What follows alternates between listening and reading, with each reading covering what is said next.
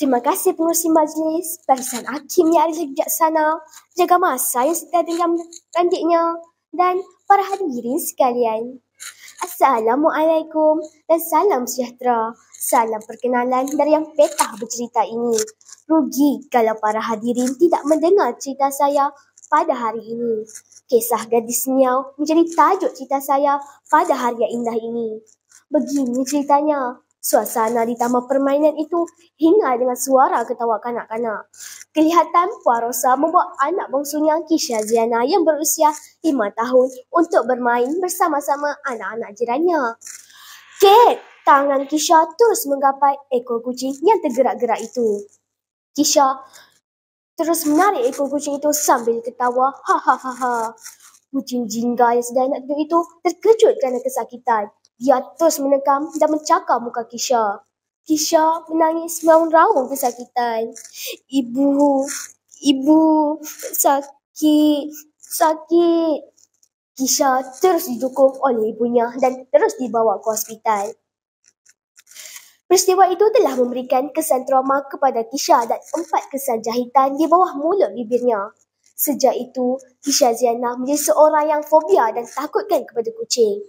Bagaimanapun, pada usianya 8 tahun, berlakulah satu aksiden yang tidak dapat dilupakan.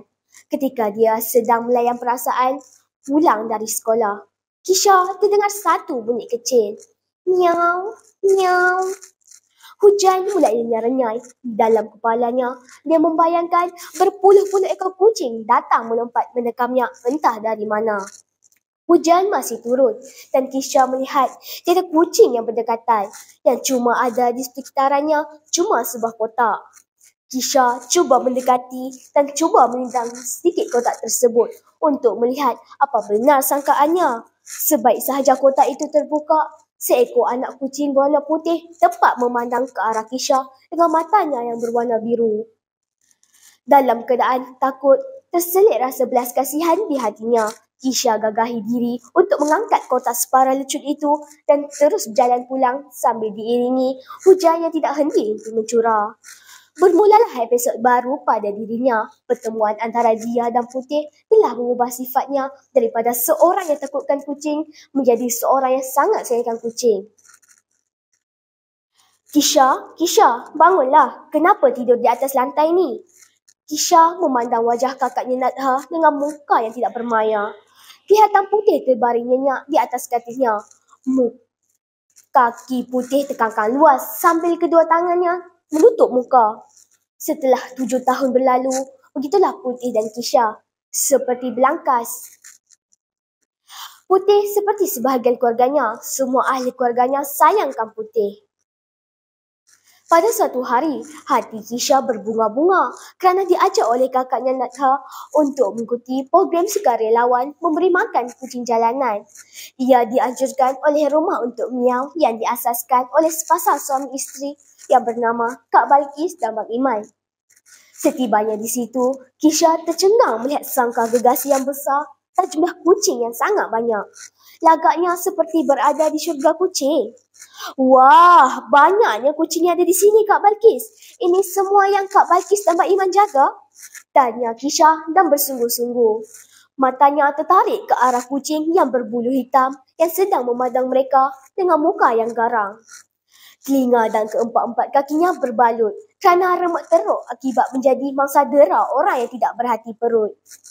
Berat mata memandang, berat lagi bahu memikul. Kisha memberanikan diri membalai kepala kucing yang digelar Pak Tam.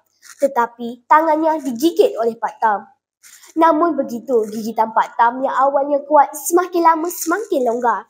Hasil belayan Kisha.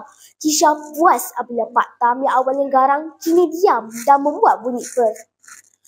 Hatinya ingin membawa Pak Tam pulang, tetapi hasratnya tidak tercapai kerana kekangan masa dan tenaga untuk menjaga Pak Tam yang masih belum pulih itu. Suatu hari, Kisha terdengar perbualan antara Kak Balkis dan Bang Iman yang mengatakan tempat pindungan itu akan ditutup kerana kekurangan dana. Kisha berhasrat ingin membantu mereka. Tiba-tiba Kisha teringat akan satu hantaran yang disimpan di dalam tabung magnya. Hantaran itu dicarinya semula. International Short Comic Competition. Hadiah utama bernilai $5,000 Amerika Syarikat. Senyuman Kisha melebar. Dia tahu apa yang dia boleh buat untuk membantu rumah untuk Miau. Hari semakin petang, usai sahaja solat asar, Kisha terus bertelengkur di mejanya untuk menyiapkan lukisan komiknya pada hari itu juga. Walaupun tarikh pertandingan itu masih berbaki 2 bulan lagi. Kenangan bersama Putih menejah benak fikirannya. Miau, miau. Putih menggesel-geselkan badannya pada kaki Kisha. Kisha bangkit dan terus bukakan pintu untuk Putih. Kisha tidak tahu sejak bila dan apa yang membuatkan Putih berubah. Sejak kebelakangan ini, Putih lebih gemar bermain-main di luar rumah. Tok-tok, lamunan Kisha terhenti. Nada mendekati Kisha. Wajahnya kelihatan risau. Hari hampir senja. Putih masih tidak ada di rumah.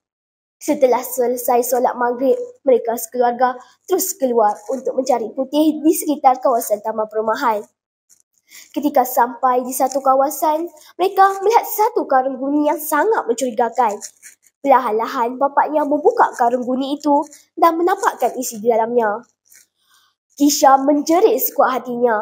Air mata laju berguguran. Putih! Raungan Kisha bergema ke seluruh pelosok Taman Perumahan itu. Hari berganti hari, siang berganti malam. Hujan dan panas datang dan pergi. Kisha masih begitu. Kisha semakin alpa dan sentiasa murung. Niatnya untuk memasuki pertandingan lukisan komik terus dilupakan. Segala nasihat yang diberikan seperti mencurah air dalam keladi. Setelah beberapa hari selepas pulang dari sekolah, Kisha terus membuka aplikasi Facebook dan terlintas sebuah video yang dikongsikan oleh ibunya. Suara seorang ustaz bergema memenuhi ruang biliknya. Baik-baik bicara ustaz itu bagaikan penampar yang mendarat di pipinya oleh tangan gaib. Sejak kejadian itu, Kisha mula berubah pada dirinya dahulu. Keluarganya lega melihat perubahan positif Kisha itu.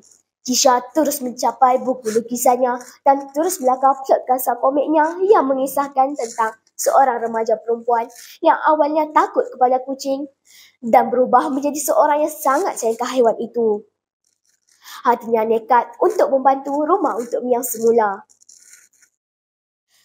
Setiap hari Minggu, Kisha dan kakaknya Nadha pasti berada di rumah untuk Miau. Jika ada kelapangan, Kisha pasti akan bermain-main bersama Pak Tam. Pak Tam pasti akan mengiau dengan kuat dan teruja dengan kehadiran remaja itu.